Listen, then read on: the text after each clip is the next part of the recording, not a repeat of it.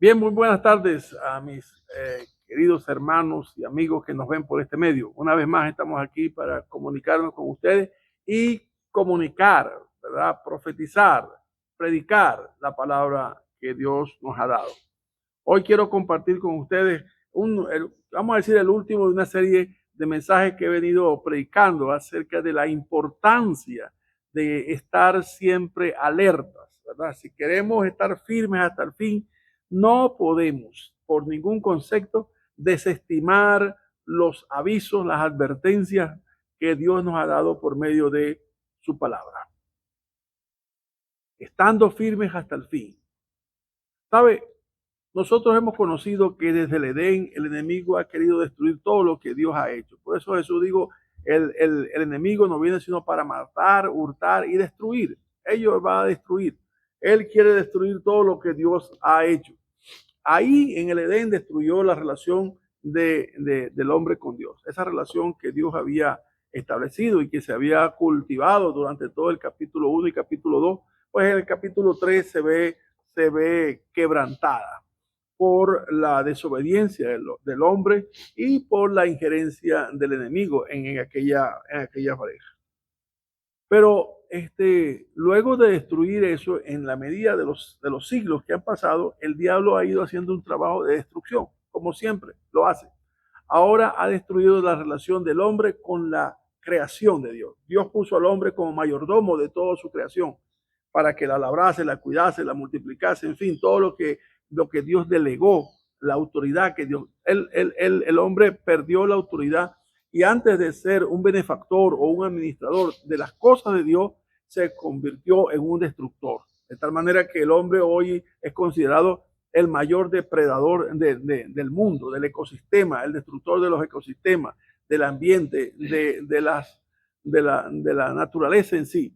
Donde el hombre llega se considera como una plaga que deforesta, que destruye, que mata, que cambia el ecosistema.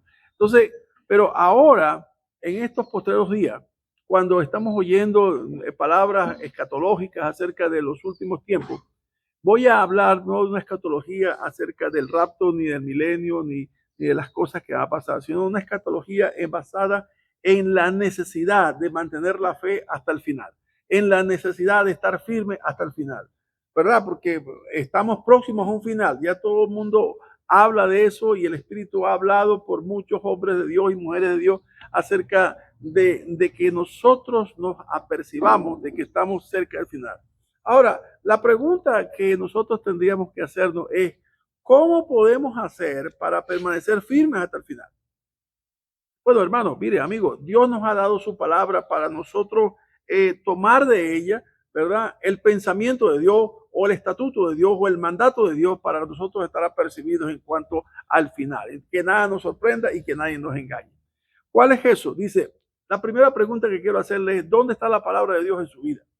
En muchas casas donde yo he ido, la palabra de Dios, que es la Biblia, está abierta seguramente en la sala, en el Salmo 23. Algunos lo consideran algo así como una protección para las malas influencias o el que viene con malas intenciones y toda esa cantidad de sincretismo que tenemos en nuestra vida diaria o ese animismo que tenemos nosotros en nuestro subconsciente de ser que viene gente con malas influencias o actitudes negativas hacia la familia. Entonces el Salmo 23 ampara o el Salmo 91 protege. No, eso no hace nada. Ahí donde está, no hace nada. Simplemente es un adorno. ¿Dónde quiere Dios que esté? No en la sala, no en un atril, no en un pedestal, sino vamos a buscar en la Biblia, en Deuteronomios capítulo 6, versículo 6 en adelante. Y estas palabras que yo te mando hoy estarán sobre tu corazón, y las repetirás a tus hijos y hablarás de ellas estando en tu casa y andando por el camino y al acostarte y cuando te levantes. Y las atarás como una señal en tu mano y estarán como frontales entre tus ojos. Y las escribirás en tus postes, en los postes de tu casa y en tus puertas.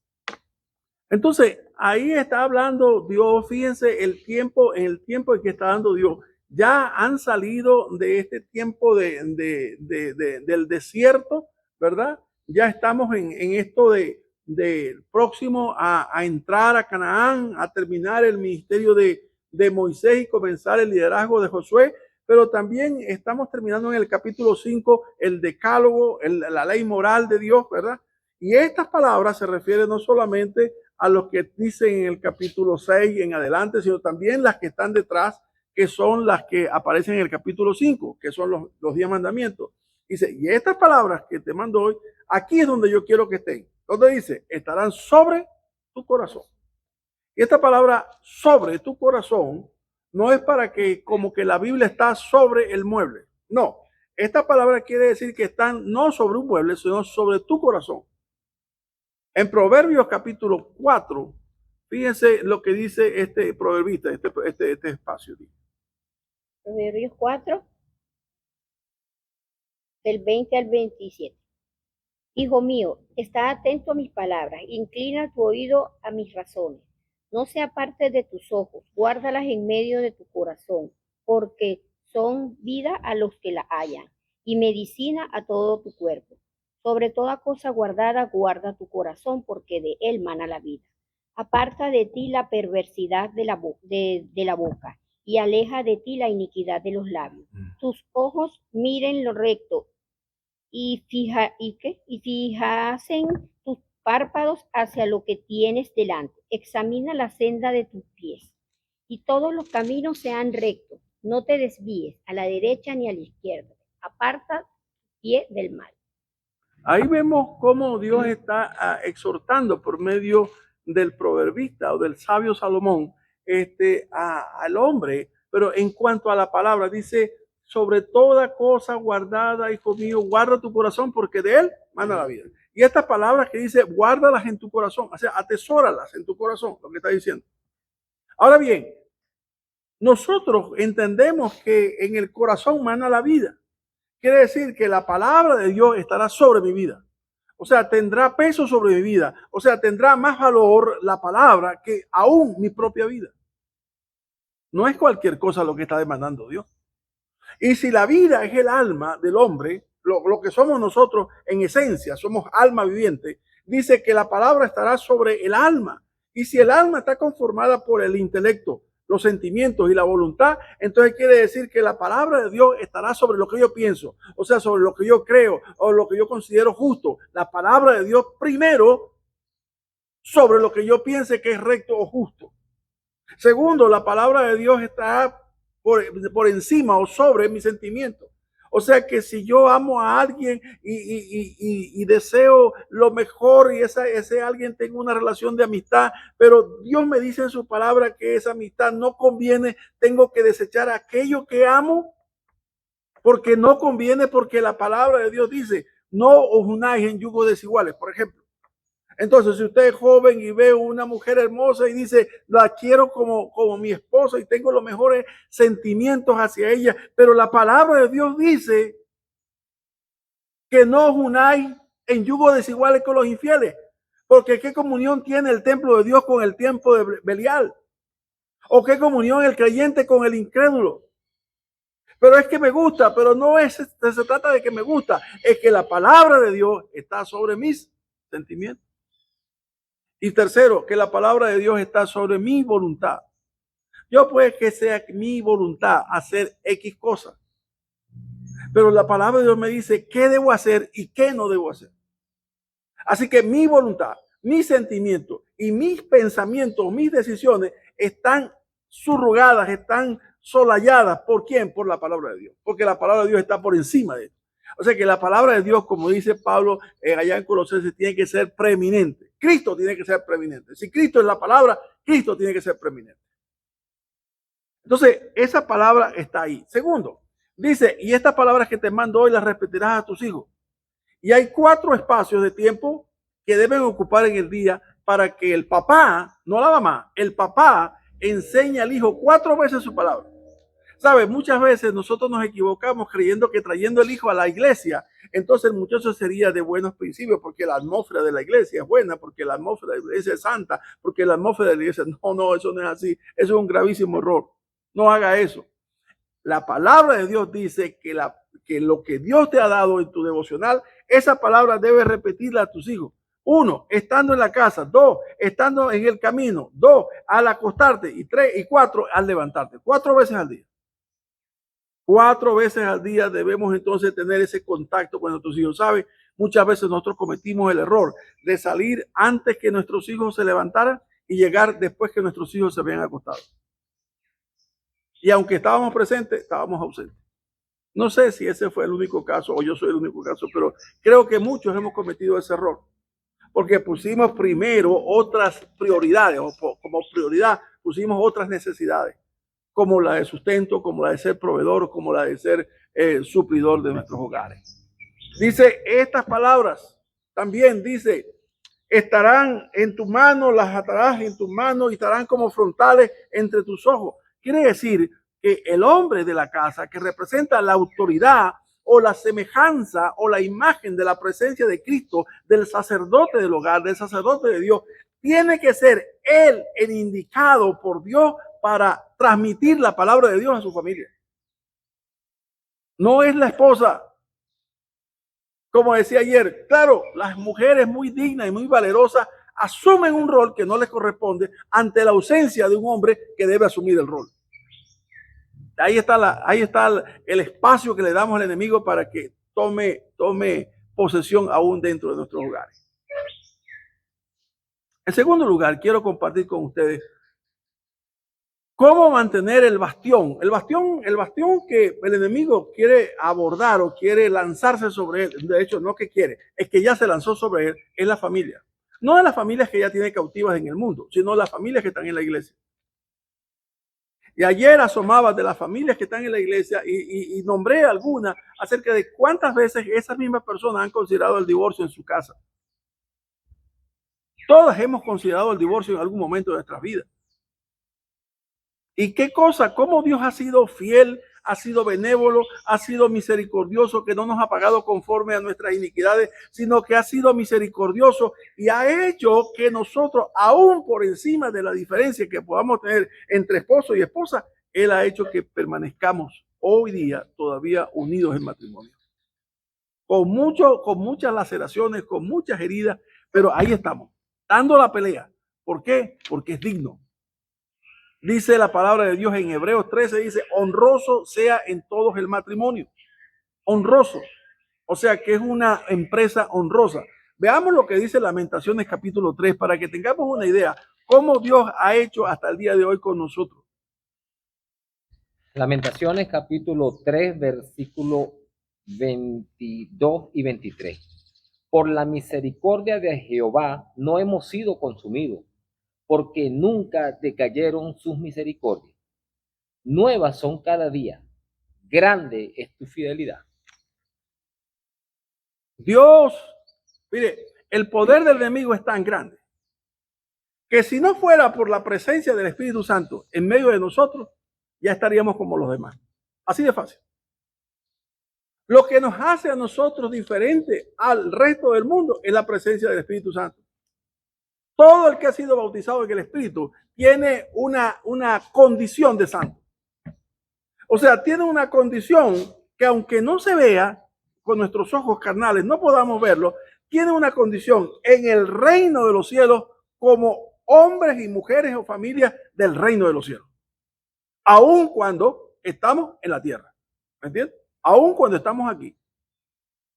Hay una promesa, hay una oración en Juan 17 que Jesús dijo al Padre y clamó diciendo, no te pido que los quites del mundo, sino que los guardes del mal. No oro solamente por esto, sino por los que han de creer en mí por la palabra de ellos. Nosotros tenemos una protección, pero tenemos que estar claros que aun cuando tengamos la protección somos vulnerables, no solamente por la condición de nuestra carne. Y eso es una cosa que tenemos que entenderla, que tenemos que llenarnos de la palabra, como dice Pablo Colosenses, la palabra de Cristo abunda en vuestros corazones. Tenemos que llenarlo. No puede haber un día que yo no lea la palabra, no puede haber un día que yo no hurgue en la palabra, no puede haber un día que yo busque más conocimiento de Dios. Porque eso llena mi corazón, llena mis arterias, llena mis venas, llena mis vasos capilares, llena todo donde llega la sangre. Ahí también tiene que llegar la palabra. No tengo que ponérmela como un cintillo acá ni ponérmela aquí, sino dice el Señor que en los posteriores tiempos la grabará en nuestros corazones. Pero no la grabará independientemente, sino que nosotros la guardaremos en nuestro corazón, la atesoraremos y será grabada en nuestros corazones.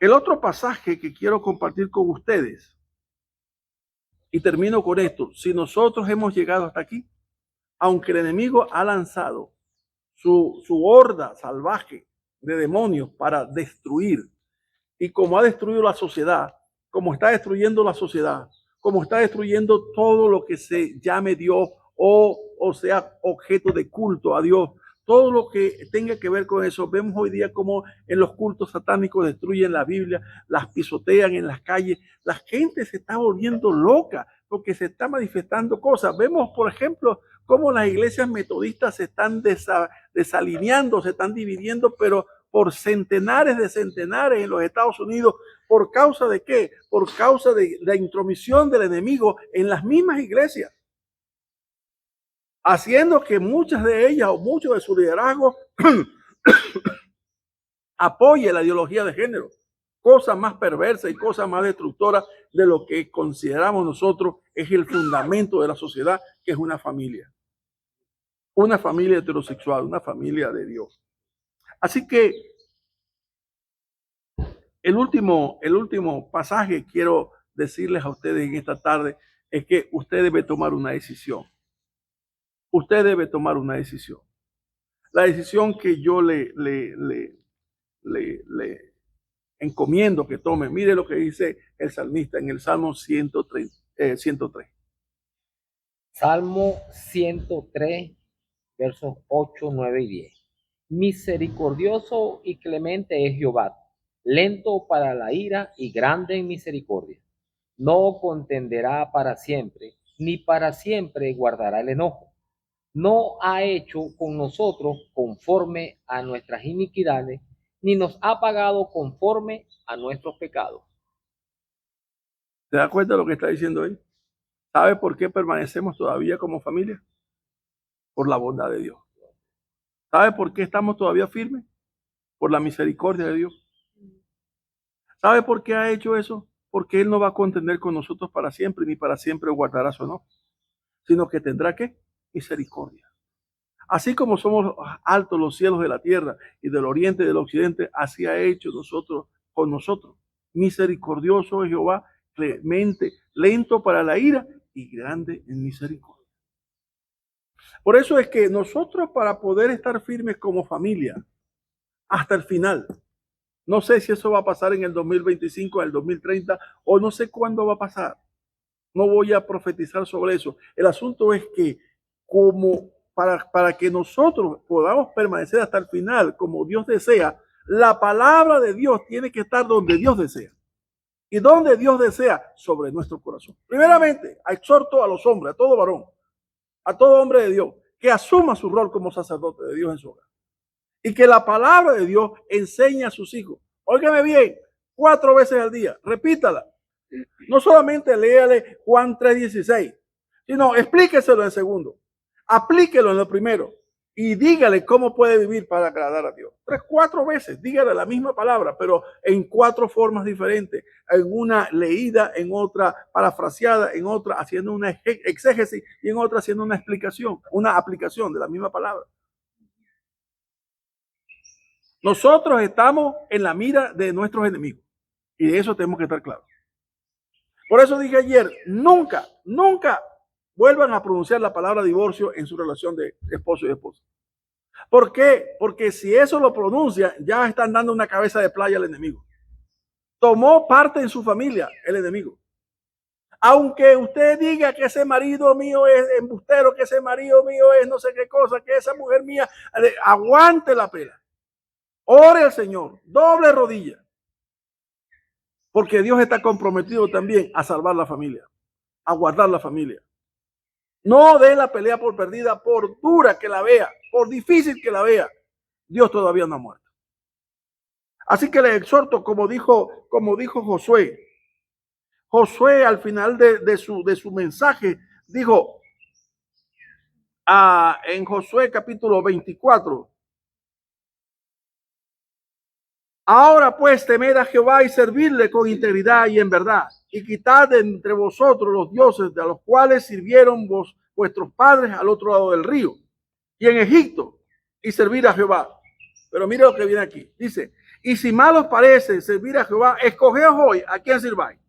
Si a los dioses a quienes sirvieron vuestros padres cuando estuvieron al otro lado del río, o los dioses de los amorreos en cuya tierra habitáis. Pero yo y mi casa serviremos a Jehová. Eso tenga que decir. Declárelo, ahí donde está. Repita conmigo, yo y mi casa serviremos a Jehová. Dígalo con voz fuerte, yo y mi casa serviremos a Jehová. Y que el Señor añada bendición a esa declaración. Dios le guarde donde quiera que esté.